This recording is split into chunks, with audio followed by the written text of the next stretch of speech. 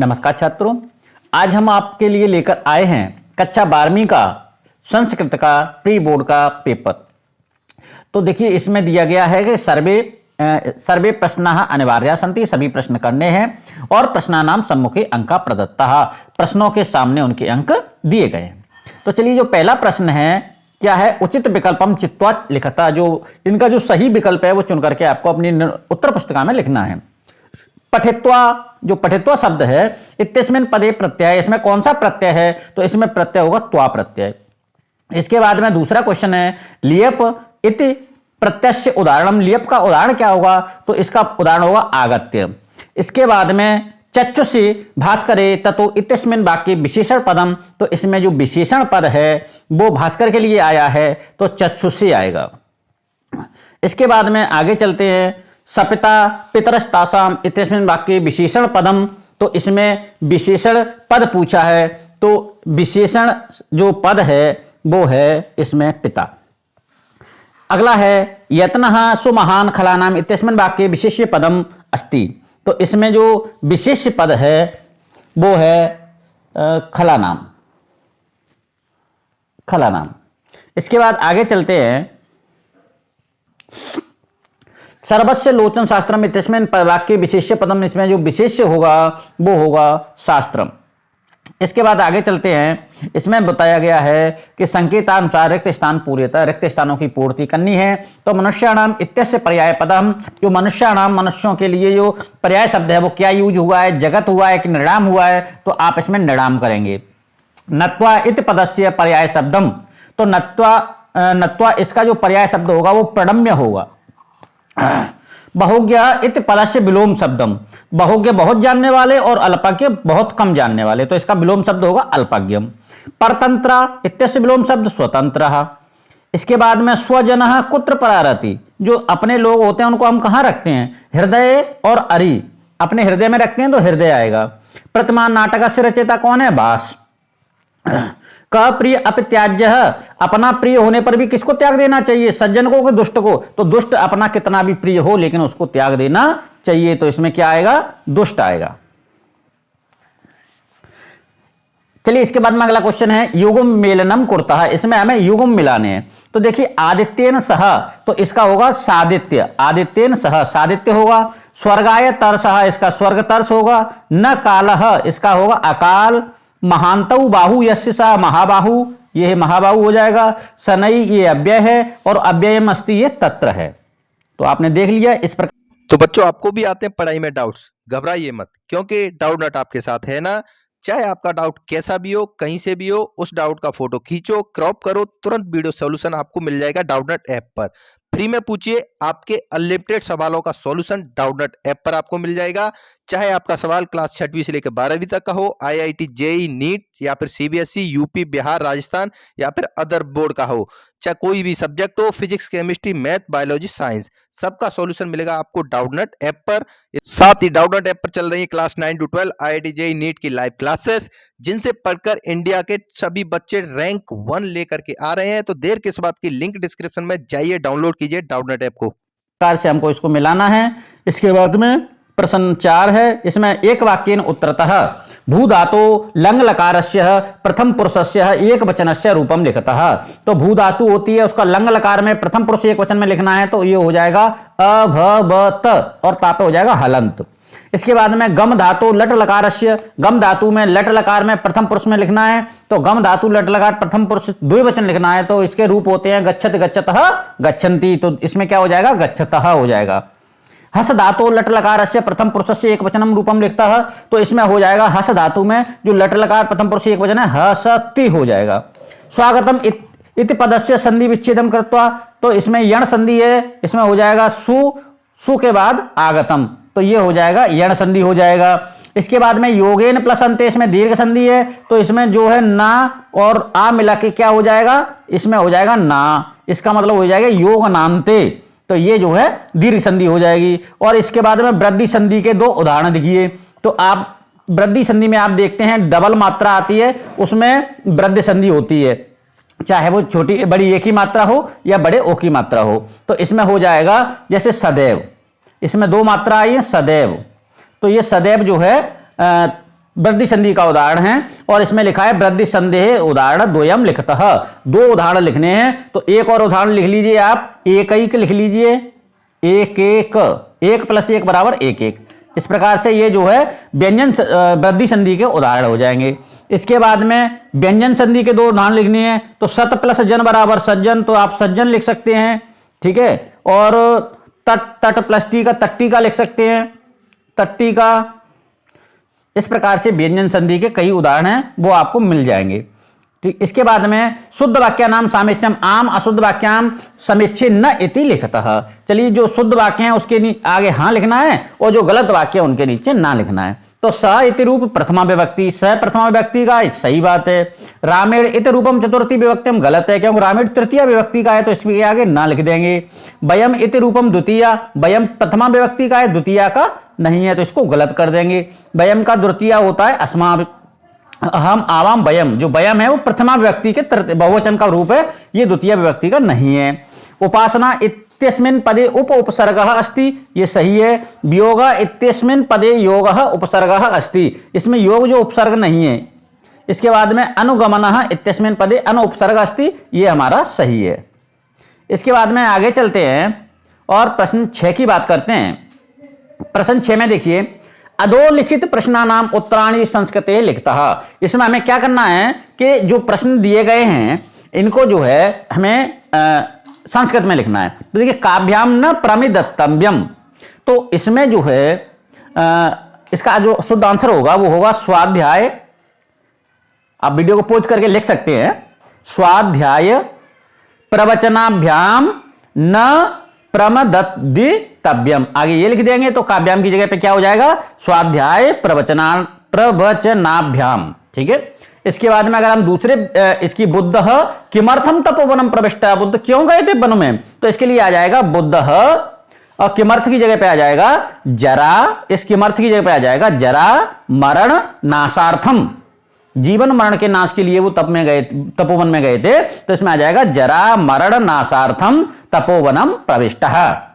इसके बाद में आ जाएगा कि रामः अभिषेकम, जो राम का अभिषेक कथम निवृत्ता, किस प्रकार से हुआ, तो इसमें आ जाएगा क्यों हुआ, तो केकैया, तो इसमें आ जाएगा केकई के, तो के देखिए ध्यान से, के य और डबल या आ जाएगा और इस पे विसर्ग आ जाएगा, केकैया बचनात्, केकैया बचनात् हो जाएगा, और रामस्य हो जाएगा, और अभिषेक निवृत्तः, तो केकैया बचनात् रामस्य अभिषेक निवृत्ता, ये हो जाएगा।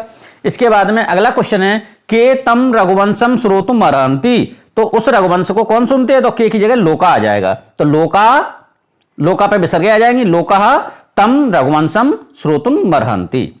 इसके बाद में आगे चलते हैं, क्वेश्चन नंबर 8। इसमें जो है रवि रसम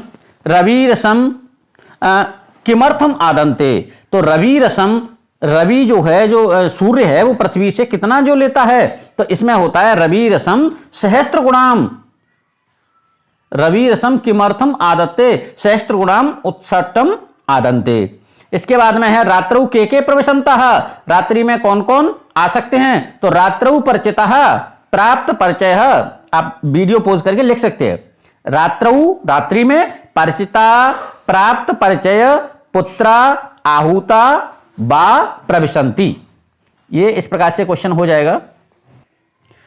इसके बाद में अगला क्वेश्चन है, क कम कठोर भाषणी तिरस्करोति, तो किसके भाषणों के लिए, कह माने कौन, या क माने किसने, कम माने किसके, ठीक है। तो किसने, द्वारिक, यह द्वारपाल के भाषणों के लिए, द्वारपाल ने, और किसके भाषणों के लिए, सन्यासिनः, तो यहां आ जाएगा का की जगह पे आ जाएगा द्वारिक आ जाएगा। और इसके बाद में जो हमारा कम है, कम की जगह पर आ जाएगा सन्यासिन,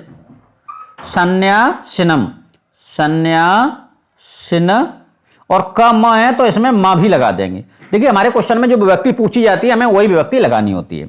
इसके बाद में अगला क्वेश्चन है, भोजनांते किम विषम, भोजन के बाद क्या जहर के समान होता है, तो आप सभी को पता है भोजन के बाद पानी पीते हैं तो वो जहर के समान होता है, तो किम की जगह पे क्या आ जाएगा, बार आ जाएगा, ठीक है। और बार का द्वितीय व्यक्ति भी यही होता है।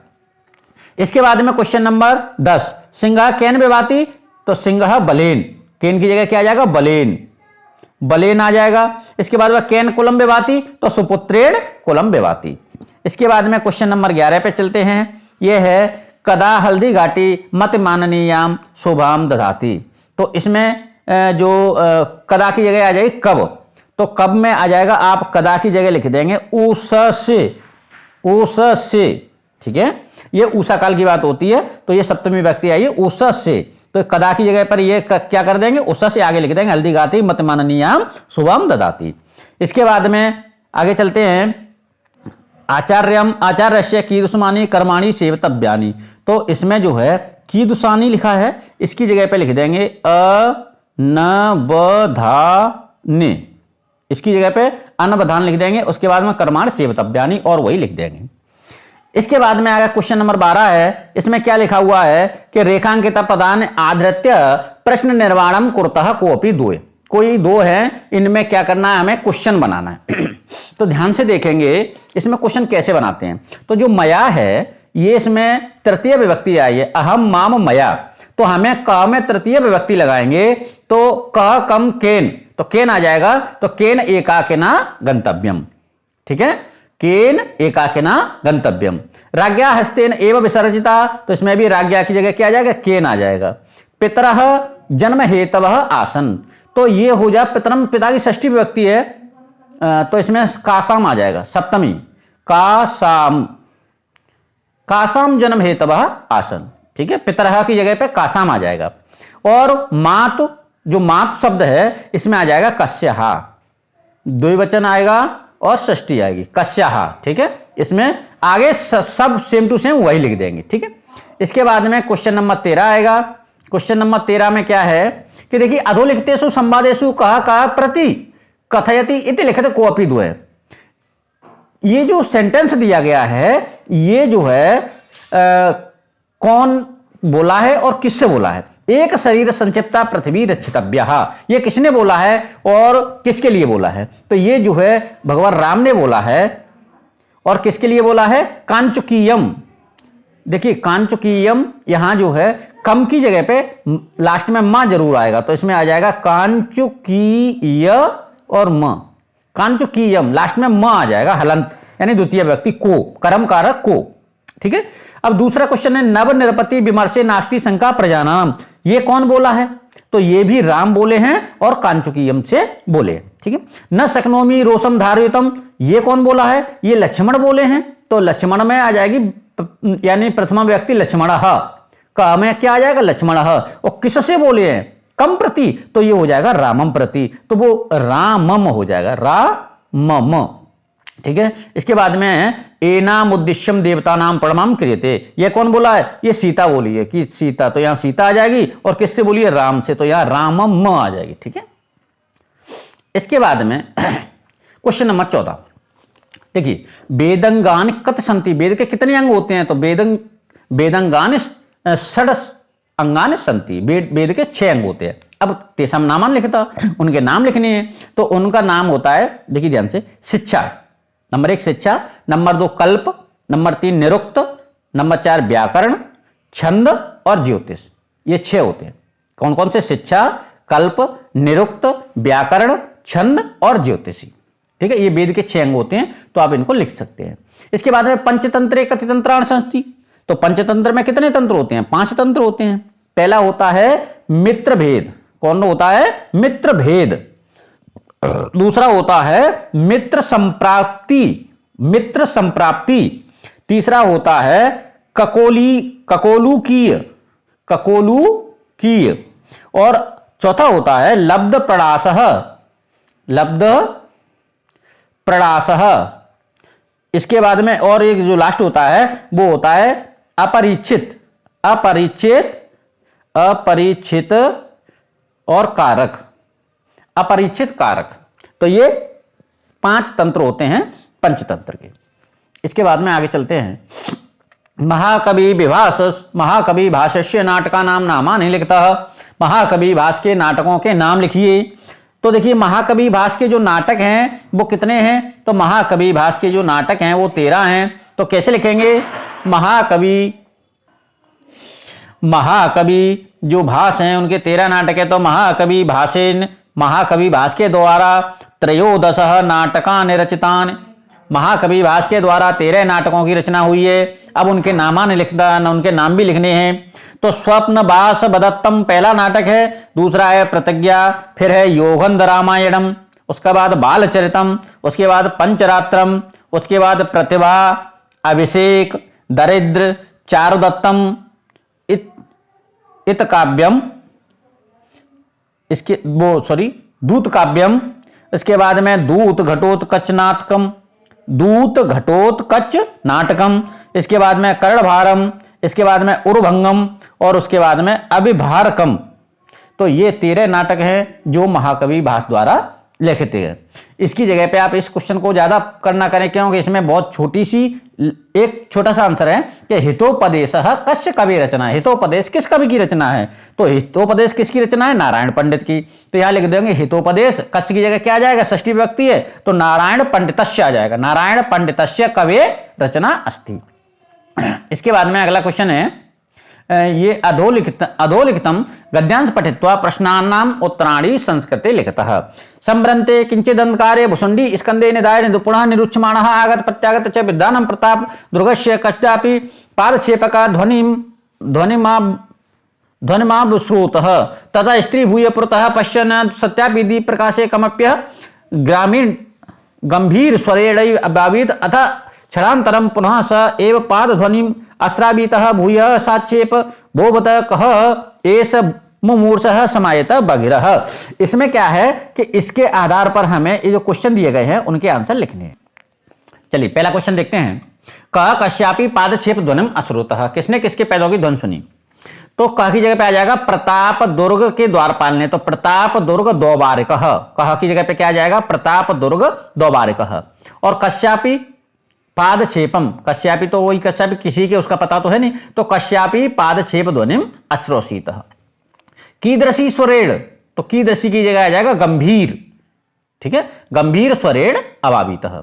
इसके बाद में संभ्रन्ते अंधकारे अत्र क्रियापदम किम अस्ति, ठीक है, अंधकार होने पर वहां क्या हो रहा था? तो इसमें जो एक थोड़ा क्वेश्चन बड़ा है, आप ध्यान से देखेंगे। संभ्रन्ते अंधकारे भुसुंडी, देखिए बंदूक को कंधे पर रख करके, तो भुसुंडी स्कंदे निधाय निपुणम निरीक्षमाणः, जो द्वारपाल है वो अच्छी तरह से निरीक्षण कर रहा था, तो निरीक्षमाणः आगत प्रत्यागतम, जो आने जाने वालों के लिए कर रहा था निरीक्षण, तो आगत प्रत्यागतम च विददानः प्रताप दुर्ग द्वैबारिकः, प्रताप दुर्ग के द्वारपाल ने कश्यापि पादक्षेप ध्वनिम अश्रोषितः। एक बार द्वार से बता देते हैं। संभ्रन्ते अंधकारे भुसुंडी स्कंदे निधाय निपुणम निरीक्षमाणः आगत प्रत्यागतम च विदधानम प्रताप दुर्ग द्वैबारिकः कश्यापि पादक्षेप ध्वनिम अश्रोषितः। ठीक है, इसके बाद में अगला क्वेश्चन है, अब ये देखेंगे वेद मनुचार्यो आचार्यो अंते वासना अनुशस्ति, ये अनुशासन पाठ से लिया गया है। तो इसमें जो है पहला क्वेश्चन है कस्मै न प्रमिदत्यम, तो आप देखिए इसमें दिया गया है, ये दिया गया है यहां पर भृत्यै न प्रमिदत्यम, तो कस्मै की जगह पे क्या आ जाएगा? भूति आ जाएगा, ठीक है, ये आ जाएगा। और उसके बाद में ब्रह्मणा कीदृशा स्यु, तो ये आ जाएगा ब्रह्मणा कीदृशा, तो ब्रह्मणा सम्य दर्शनम, सम्यर्शन, इसमें देखिए ध्यान से, सम्यर्शन, सम्यर्शन युक्ता युक्ता अयुक्ता युक्ता अयुक्ता, आगे अलूच्छा अलूच्छा धर्म कामः धर्म कामः, बस आगे शिव। तो ये इसका क्वेश्चन हो जाएगा कि ब्रह्मणः सम्यर्शनः युक्ता अयुक्तः अलूच्छा धर्म कामः शिव। इसके बाद में क्वेश्चन नंबर 17, अधो लिखता नाम पद्यांशम पठित्वा प्रश्नानाम उत्तराणि संस्कृते लिखता है। जो ये जो श्लोक दिया गया है इसे पढ़ना है और नीचे क्वेश्चन के आंसर देने हैं। तो देखिए एकेनापि सुपुत्रेण विद्यायुक्तेन साधुना आह्लादं कुलम सर्वदम यथा चंद्रेण सर्वरी, तो केन कुलम आह्लादं भवति, केन किससे, तो केन की जगह पे क्या आ जाएगा? सुपुत्रेण, ठीक है, ये सुपुत्रेण लिखा हुआ है, तो सुपुत्रेण कुलम आह्लादं भवति। सर्वरी केन विभाति, तो सर्वरी ये देखिए सर्वरी चंद्रेण विभाति, तो केन की जगह चंद्रेण आ जाएगा। और ये है साधुना इत्यस्मिन् पदे कः विभक्ति, साधुना में कौन सी भी, साधु के शब्द में कौन सी विभक्ति ली गई है, तो इसमें जो है तृतीया विभक्ति ली गई है। इसके बाद में आगे चलते हैं, एक और क्वेश्चन है, अजीर्णे भेषजम बारिम जीर्णे बाल प्रथम भाजने भोजने चामृतम बारी भोजनांते विषायम। इसमें बताया गया है कि कदा भार भेषजम, कब पानी अच्छा होता है, तो अजीर्णे बार भेषजम, कदा की जगह क्या आ जाएगा अजीर्णे बार भेषजम भवति। और जीर्णे बार कीदृशम भवति, जीर्णे बाल बल प्रथम, जीर्णे बाल कीदृशम की जगह क्या आ जाएगा बल प्रथम। देखिए आप दिखा जा है कि अजीर्णे में तो हो जाएगा भेषजम और जीर्णे में हो जाएगा बल प्रथम, तो जीर्णे बारी बल प्रथम भवति। और बार भोजनांते कीदृशम भवति, बार जो पानी है वो भोजनांते कीदृशम भवति, भोजन के बाद में कैसा होता है, तो ये विष के समान होता है, तो कीदृशम के लिए क्या आ जाएगा विषम आ जाएगा। तो बार भोजनांते विषम भवति, भोजन के बाद जो पानी पीते हैं वो कैसा होता है, विष के समान होता है। तो ये जो क्वेश्चन है जो कक्षा 12 का था, तो इसमें हमने आपको यथासंभव अच्छे क्वेश्चन देने उसके आंसर देने की कोशिश की गई है। फिर भी आप एक बार अपनी पुस्तक से जरूर मिला लें। धन्यवाद।